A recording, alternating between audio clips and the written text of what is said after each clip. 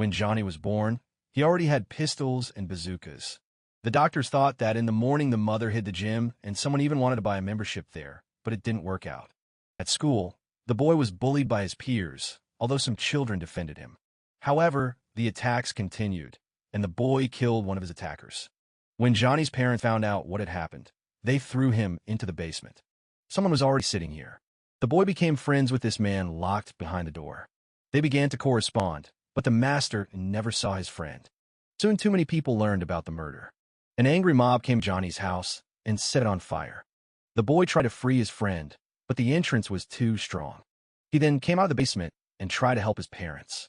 However, the fire had already engulfed the entire house, and Johnny received burns and then ran away.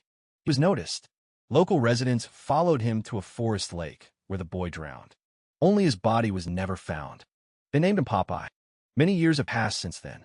The house where Popeye once lived has been renovated, but now all sorts of strange and mysterious things are happening here. To make a video about them and collect more views, 3 bloggers came here in the evening, the main one of whom was Dima Marjanov. As they approached the house, Mia had a bad feeling, but they didn't listen to her. The trio found themselves in mystical places too often, and each time Mia began to complain about her premonition. While the friends were talking, fog appeared in the forest. There were legends that the fog was a harbinger of Popeye. He had to hurry before he appeared, so the bloggers started filming the screensaver. At that moment, Mia noticed a male figure behind her friends. But the stranger quickly disappeared into the darkness.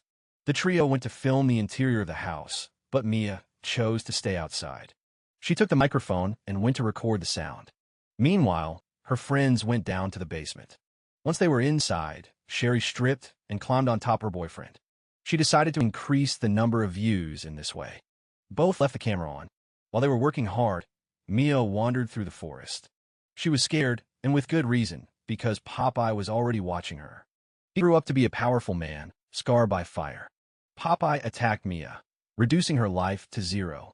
Then he went to talk to his lovers. When Sherry was almost finished editing, Popeye appeared and stabbed her. The girl immediately stopped breathing, and her boyfriend started running. But you can't escape Popeye. Having cut the would-be blogger, he crushed his skull and returned to the fog. For some time after this event, Tara's parents argued about what to do with that strange house where, according to rumors, the boy Urat lived.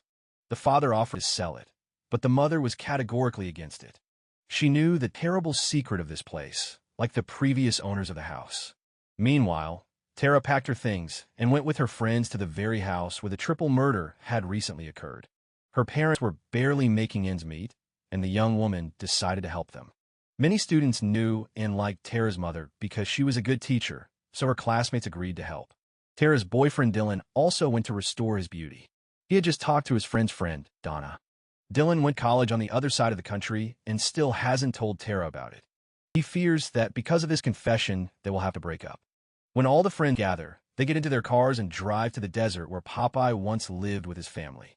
Along the way, Tara and Dylan fall behind the others. In the forest, they meet a local fisherman. His friends almost ran him over. Upon learning that the two are going to a cursed monastery, he warns them to be careful. If fog appears, it means that Popeye is wandering somewhere nearby. Having arrived at the place, the guys realized that there was no cell phone service here. This became a major problem for Katie. She went to look for a signal, and within a minute her friends heard her heart-rending screams. It turns out that Katie found a hot tub and is very happy about it. Finally, everyone unpacked their things and took their assigned rooms. In the evening, Tara looked at the weather forecast and was extremely upset. They predicted fog, although yesterday the forecast was different. She hid from everyone that she hung out in certain places so that her friends would not be distracted from the main thing. At night, the fisherman who was almost hit by Tara and Dylan sat by the lake and did not bother anyone. But then Popeye appeared and ruined all his fun. He took it and finished the poor thing off. Meanwhile, Tara was planning how they were going to transform Popeye's house. Don tried to distract her, but it wasn't that easy. A friend was obsessed with renovations and told her friends that they would have to plow until the fog cleared. Yesterday, students were not happy about this news, as they had already begun to relax. Only Nick supported his friend, after which the rest joined. That evening, Dylan's mother came to Tara's mother to warn her about the children. She assumed that the boys went to Popeye's house. In addition, She brought with her a newspaper in which it was written that this convenient monster had started killing again. While Tara organizes her friends, Max decides to flirt with Sketty. He had liked the girl for a long time, but he still did not dare to approach her. His clumsy fits were interrupted by Olivia. That was the name of the girl who began to break into the building where the boys were. She looked strange and said all sorts of creepy things, so Donna had to send her away. Now, do us a favor. Fuck you. The way she did it made Nick angry, and he started hitting on his girlfriend. But Donna was not going to sleep with him, and this upset the guy. When Olivia left, Tara followed her to apologize for Donna's behavior. However, Olive said nasty things to her and ran away. Tara returned to Dylan, who told him that he had gone to college and was leaving soon. He invited his friend with him, but Tara got angry. Her parents needed her, and they couldn't leave them in this state, but Dylan didn't understand that. When Donna turns Nick down, he decides to sleep with Sky. The two had done this before, but hid it from the others. Sky was tired of this hide and seek, and she demanded that Nick tell his friend everything. Instead, he abandoned Sky and left. In a fit of jealousy, the man wrote a message to Donna in which he talked about his relationship with Nick. But the SMS was not sent due to lack of communication. Immediately after this, Sky visited Popeye. He was attracted by the girl's firm breasts, and before coming, he felt her pumping up.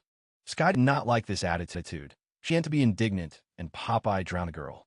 Olive then came to admire what had been done. In the morning, Tara was worried about Sky's absence, but Nick said she took a taxi home. Max was also concerned, but not about the disappearance of his girlfriend. He could take his eyes off Katie. Max approached her, but the young lady roughly pushed him away.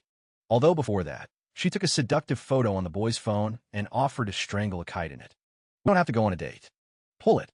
Max, of course, was upset, but still followed the girl's advice. He went to the shore of the lake and began to work. Popeye was hiding in the water at this time. Having chosen the right moment, he drives the anchor into the buoy. Max wasn't going to finish polishing his device like that, so he started yelling at him to shut up. Popeye first broke his spine and then completed his death by tearing his head from his body. We can say that Max lost his head in love with Katie. Meanwhile, Tara, Nick, and Katie were in the hot tub. Don decided to take a photo of them, and at that moment a text message arrived from Sky. Realizing that Nick is cheating on her, Donna runs away upset, and her boyfriend goes to console her. But they failed to make peace, and Nick began banging on the wooden panel with all his might. He tried so hard that he punched a hole for which a sharp piece of wood now protruded.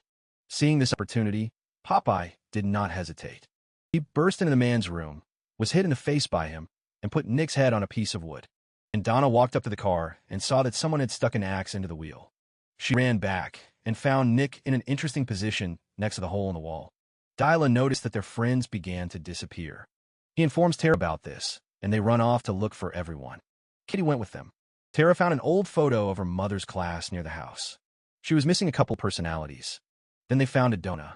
She ran away from Popeye and ended up in his web.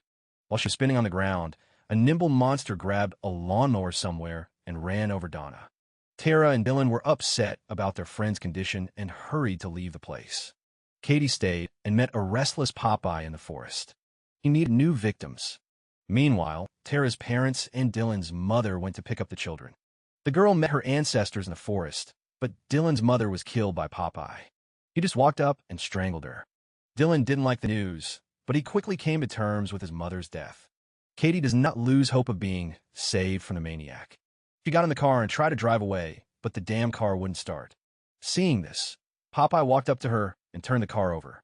Because of this, gasoline immediately began to flow from everywhere. Bazooka's hands took advantage of this and made a kebab out of Katie. Tara's mother told the girl that Johnny was the maniac chasing them through the forest. The same boy born with unusual hands.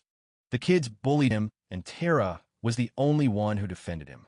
After he drowned, adults began having nightmares that included Popeye.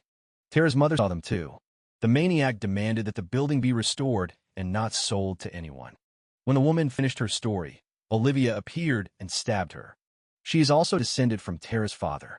He died instantly, but his wife was still breathing.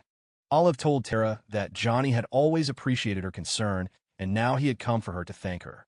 Olive was his sister, and it was she who lived behind the closed door in the basement. He would go down to the basement and feed me when my parents forgot. Olivia was completely creepy, so Dylan tried to hit her over the head with a frying pan. In response, the woman attacked him to kill him. As they scrambled around the floor, Tara grabbed a can of fuel that someone had conveniently left behind and doused Olivia. She was sitting on the floor, screaming, when Tara and Dylan grabbed her still-living mother and pulled her out of there. Olivia caught up with them in the forest. This time she decided to fight Tara. Dylan quickly realized that this psyche needed to be ignited. He distracted her and lit the torch. Popeye stepped into the firelight. Having dealt with Tara's mother, he wanted to kill Dylan too, but the woman prevented him. The lawnmower was nearby, and Tara cut the agile Johnny. She and Dylan decide they are saved and return home. But then Popeye returned and attacked Tara.